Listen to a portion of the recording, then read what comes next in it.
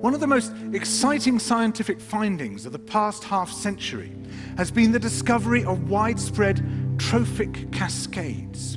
A trophic cascade is an ecological process which starts at the top of the food chain and tumbles all the way down to the bottom.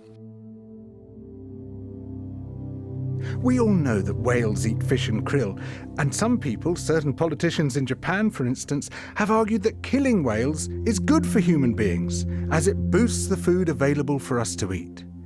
And so you would think. But as the great whales declined, so did the numbers of fish and krill. It seems counterintuitive. Surely their numbers would rise as their major predators disappeared. But it now turns out that whales not only eat these animals, they also keep them alive. In fact, they help to sustain the entire living system of the ocean. Whales feed at depth in waters that are often pitch dark, and then they return to the surface, to the photic zone, where there's enough light for photosynthesis to happen. There they release what biologists call fecal plumes, vast outpourings of poo, punamis. These plumes are rich in iron and nitrogen, nutrients which are often very scarce in the surface waters. And these nutrients fertilize the plant plankton that lives in the only place where plants can survive, the photic zone. Fertilizing the surface waters isn't the only thing the whales do. By plunging up and down through the water column, they also keep kicking the plankton back up into the photic zone, giving it more time to reproduce before it sinks into the abyss. Even today, though whale populations have been greatly reduced, the vertical mixing of water caused by movements of animals up and down through the column of the oceans is astonishingly roughly the same as the amount of mixing caused by all the world's wind and waves and tides.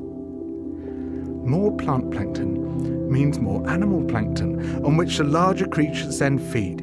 In other words, more whales means more fish and krill.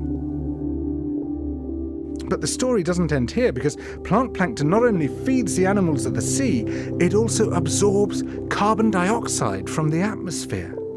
When eventually it sinks to the ocean floor, it takes this carbon out of circulation down to a place where it remains for thousands of years. The more whales there are, the more plankton there is. The more plankton there is, the more carbon is drawn out of the air.